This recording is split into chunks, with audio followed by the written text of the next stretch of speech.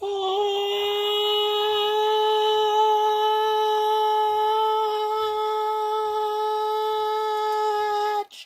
King.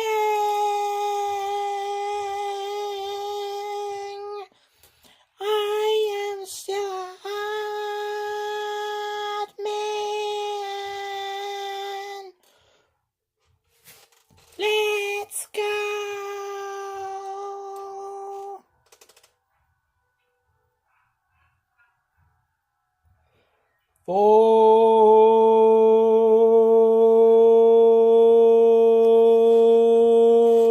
Fudge Gang. I am still a hard man. Let's go. So, I would like to discuss with you tonight what are some of the properties and traits in regards to thinking and creating ideas to actually convey them into language, into words by the spoken mouth, the spoken word. What exactly are these processes that are actually going on? What is happening in the brain that is accruing the thinking processes of which every single living person in this world, on this planet, does or has done? How exactly is thinking done? Why is it conveyed? How is it expressed? More importantly, how exactly is it that we are the only species of animal on the entire planet Earth who can actually convey these ideas into syllables, words, sentences, convey them into this thing that is known as language, and write them down into a script. Write these down into a script and convey these thoughts, these things that we call language and thoughts, and create these ideas, these new processes, and how exactly they are done. That is what I would like to discuss with you all today.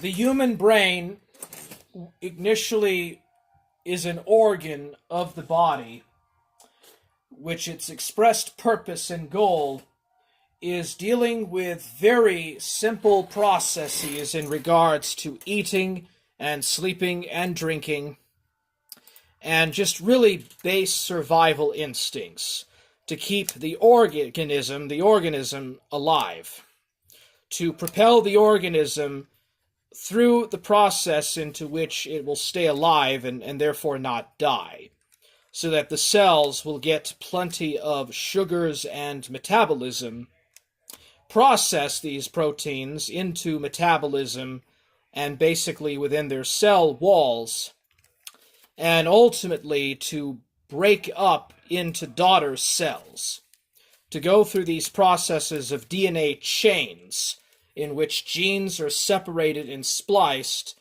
with enzymes and are broken into RNA chains and then retooled and utilized back into new DNA or chains of DNA, helix DNA molecules or helix molecules, double molecules.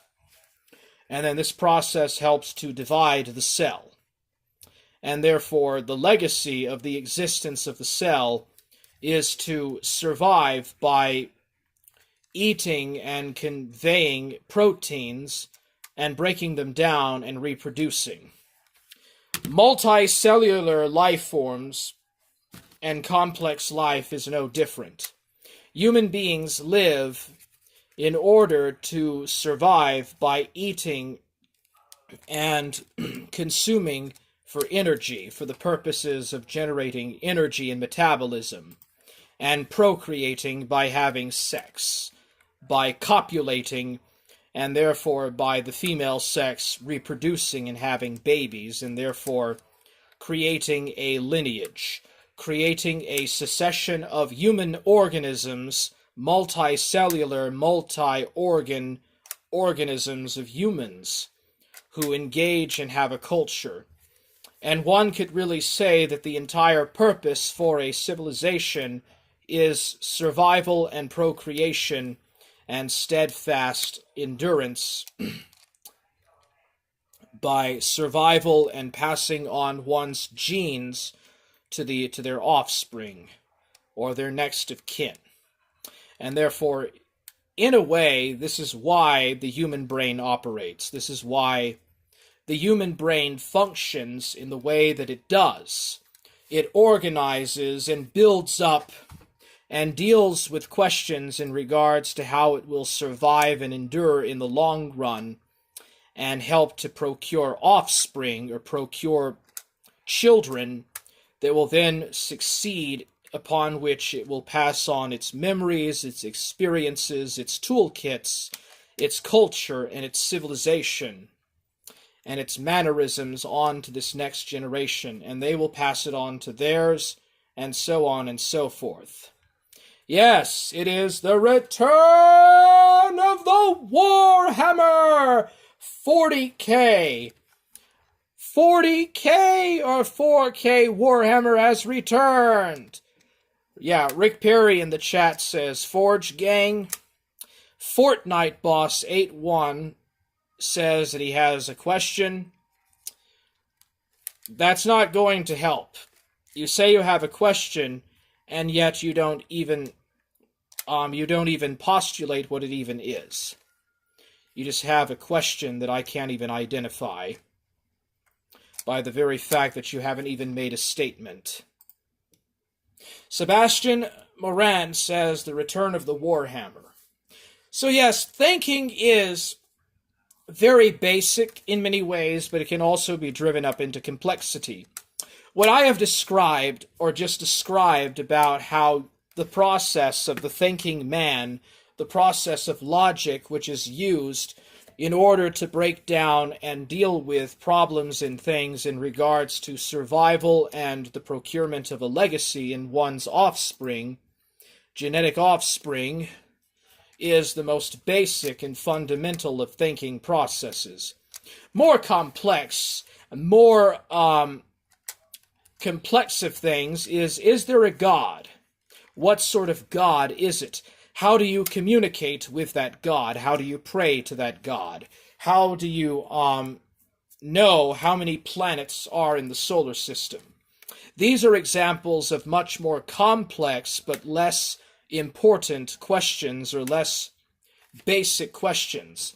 Less basic because they don't really pertain to the most fundamental points of what one does in their daily routine. More complex in the sense that they are very far-fetched, and it is impossible to know because you cannot use your direct senses of the body to know how many planets are in the solar system there are, how many galaxies in the local universe there is, how many cells make up a living organism, how many atoms there are in a given molecule. These are examples of much more complex of thought. Very simple thinking techniques do not help in regards to solving these problems. These types of problems, arithmetic, writing, and reading, require logic. They require the thinker to have logical inductive skill sets, or inductive skills and capability to reason in order to engage in this, to use a telescope to look up into the stars, to locate the Big Dipper and the Little Dipper, to convey, looking through a microscope to look at bacteria, to convey the utilization of how to drive. It requires a set of knowledge, a set of knowledge of utility on how to operate a boat, operate a fishing hook, operate a car, to operate a plane, to operate a television, to operate a video game console, These are the ideas and concepts upon which logic is actually drawn. But in reality, everything that you engage with in your day-to-day routine, whether it is brushing your teeth or whether it is putting gas into your car, these are examples of logic. These are examples of you using your brain, your front part of your brain, to make complex decisions. They are no different from how scientists use their tools to perform said things that they do, be it biology, anthropology, or meteorology or astronomy. It is actually the same thing. It is just utilizing different methods to reach different conclusions and insets to goals, but it is still using the brain. It is still using one's eyes and one's ears and one's hands to operate and use these tools. It is still using a brain, this thing in the human skull, over the human shoulders, behind the human eyes, between the human ears, this thing that is known as a brain, that is composed of thinking, of the ability to utilize and think and break down complex algorithms and problems. In fact, in quintessence, brushing your teeth and solving a complex mathematical algebra question are actually the same thing. You are using the same thing in your head to do very different, very divergent issues and things. This is what logic is about. And this is what the study of thinking and logic and creating ideas and coming to conclusions and drawing out conclusions and how they are done. You are making a decision in your head. Between the moment that that knowledge enters your eyes, enters your ears, and the moment that you speak it out in your mouth, the moment that you decide to do something with your hands, between that moment, your brain is in a state of thinking. It is resolving what should be done. It is about to perform an action. It is about to perform a process in which logic, L-O-G-I-C, logic is being done. That is exactly what logic is. Logic is not something that Sigmund Freud just one day conceived of in Vienna and simply decided to postulate the different types of the psychosis in people in regards to sexual repression and the way that people have sex and the way that people are raised by their parents and how it influences their personalities. Indeed, these are ideas and concepts, but they are not the only processes of logic. Processes of logic are universal. Every person, regardless of their psychosis, their personality, their race, their nation, their ethnicity, their class, their way of life, their culture, their religion, are all engaging in this exact same process in their brain. It is the exact type of brain and the exact type of logic and the same exact type of thinking process that is going on. And this is stuff that a lot of people don't really consider. Well, I assure you, you are now considering it as I talk about this to you right now. Logic is it can be used for anything. In fact, logic and thinking is used for everything. What about the conception of creating ideas? What about this thing that is known as philosophy? This idea or concept upon which thinking is done and the ideas are set out and put into basic, you create a book or a blueprint explaining these ideas and these concepts to others. To let's say, people of a new generation that come after you that take up these ideas and further advance upon them. Kind of like what Karl Marx did with Hegel, George Hegel, or Georg Hegel. He continued the dialectical thinking processes. Or people like Friedrich Nietzsche, who also took the school of thinking of Georg Hegel. Or even people like Bertrand Russell, who by training was a mathematician but was also quite a skilled philosopher in his own day, who wanted to try to use his logic or his philosophy to try to help men, or to help people, men and women, to find an easier life, to find answers in which living could become easier, things could become more fulfilling. The advancement of technology and the day-to-day usage and development of innovations would not be possible without somebody thinking about how to resolve the problem, how to do something with this microchip to make it more cost-effective, make it more marketable, to be able to sell it better, and for a lower price, but more efficient, and therefore to be able to make more earnings by the larger success, and so quantity over quality, you could say. These ideas and these concepts vary in many ways, and indeed this is what a part of the condition of humanity is done. The last 100 years, man has tried to find a means to use science and technology to make his life easier, to invent gadgets. The Jetsons and Star Trek are a good conveyor of what I'm talking about. Inventing and utilizing gadgets and types of gadgetry to make life easier for them, to make things better, to make it less harder and less time-consuming. Electric ovens are more effective and take much less time than open-pit fires with pots and pans over an open fire or a pit or a hearth in a home. A house with running water and electricity is more effective and ultimately easier in terms of a livelihood, although it has detriments to the environment overall compared to living in a log cabin with a chimney that doesn't have those utilities and using an outhouse.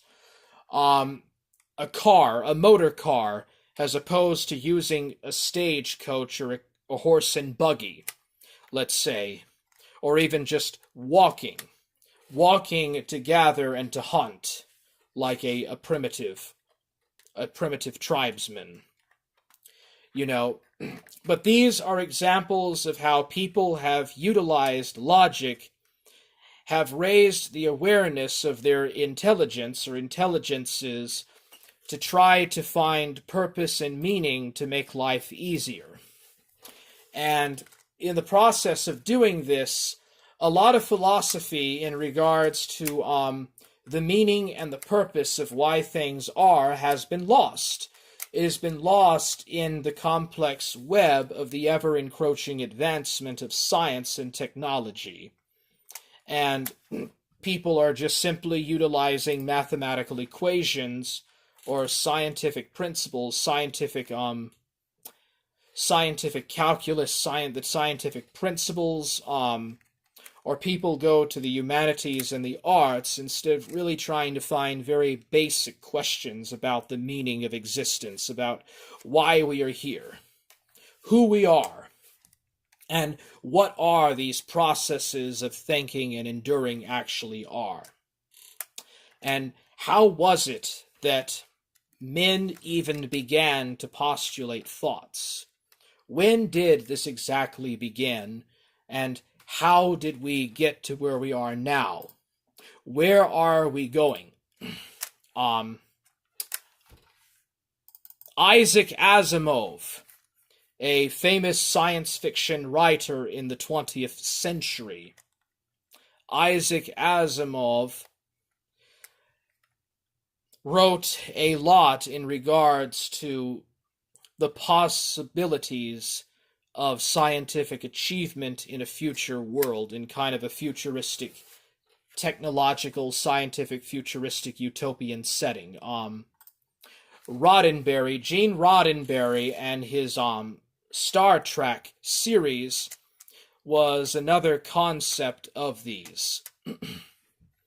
These ideas about where man could progress if he were to go to the stars, to go and build starships or spaceships and travel between the stars in the skies above. But think about this. Only 1,000 years ago, men were basically still living in the Middle Ages. All the writing and conceptions of writing were in the monasteries. If you were to go back 2,500 years ago, only very minute schools of thought, schools of thinking existed in Athens, Greece. If you were to go back 3,000 or 5,000 years ago, you would only see such things being written down in Sumeria, and only the Sumerians and a few scant Mesopotamian and Egyptian tribes, or perhaps proto-dynastic Egyptians, if you prefer that, were really conceiving and thinking of these things.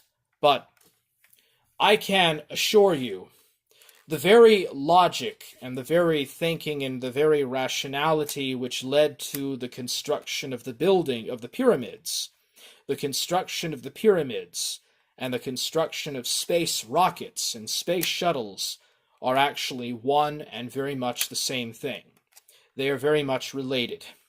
The ideas and the processes that led to the invention of fire, of the wheel and writing, and the processes that led to computers, the invention of artificial intelligence and AI, algorithms, the invention of the internet, the super high speed, the super highway of the internet, and television, color television, motor cars and planes, and the discovery of black holes and the James Webb Telescope.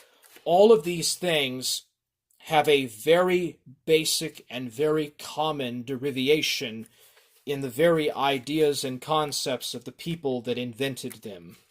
They were tools that men created and constructed by means of this process known as thinking, this process of rationality, and this process of discovering, of experimenting, of drawing out and analyzing observations and observed phenomena. These are the things that I would like to, in the future, delve further into. But first, I wanted to start out by just very discrete and primary examples that I wanted to give to you people in chat to think about. So, this is concurrently done. Thank y'all for watching. I will go ahead and read the chat. Rick Perry says, Forge Gang. Fortnite Boss 81 says that he has a question. Post your question, Fortnite. Sebastian Moran says, The Return of the Warhammer. Interdimensional Lizard says, Forge Gang. Interdimensional Lizard says, we are hard-thinking men around here. Rick Perry says, hard. Sebastian Moran says, men. Rick Perry says, still. Still what, Rick Perry? Sebastian Moran says, A. Sebastian Moran says, Caves of Steel by Philip K. Dick, a great author. I'll look into that, Sebastian Moran. You can tell me about it on Skype or something. Virgie Pinto says, hello, host. Yeah, I don't know if you meant hello or hollow or hill owl or something. I don't know what you're saying. That's another thing, too. Language is very important to communicate and to exchange ideas. But that's for another time. Thank you all for watching. That's it. Just that. Peace out.